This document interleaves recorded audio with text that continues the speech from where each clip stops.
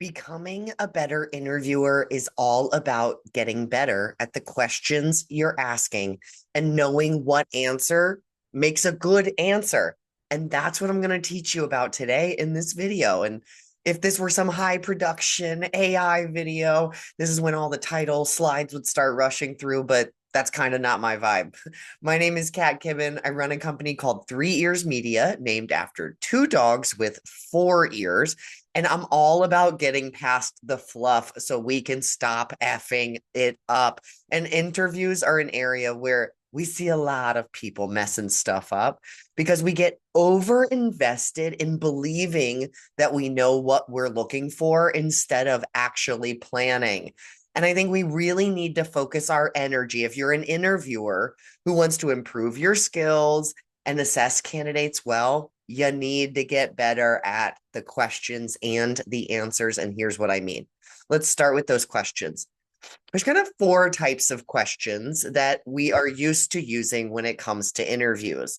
The first are the situational, right? We put you in that situation. What would you do? The behavioral. So tell me about a time when. And those are the classic questions.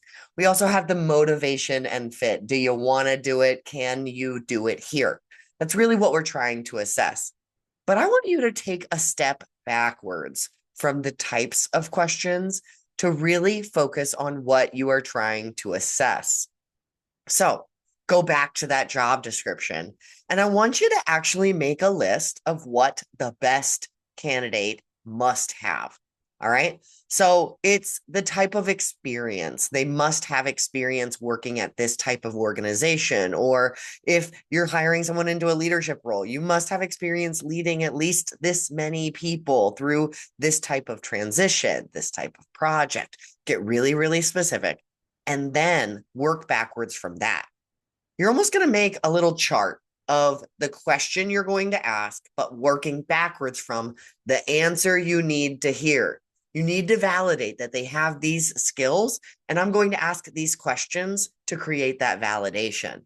If we go in there with just questions and no answers, what ends up happening is we start to compare people to each other instead of comparing people to the job. And that's how we end up hiring someone who can't do the job that we really like. And that's why I hate those fit questions so much. It's because we're over indexing on do you want to do it here and do you want to do it with me, which is an ego question instead of figuring out the whole purpose of the interview.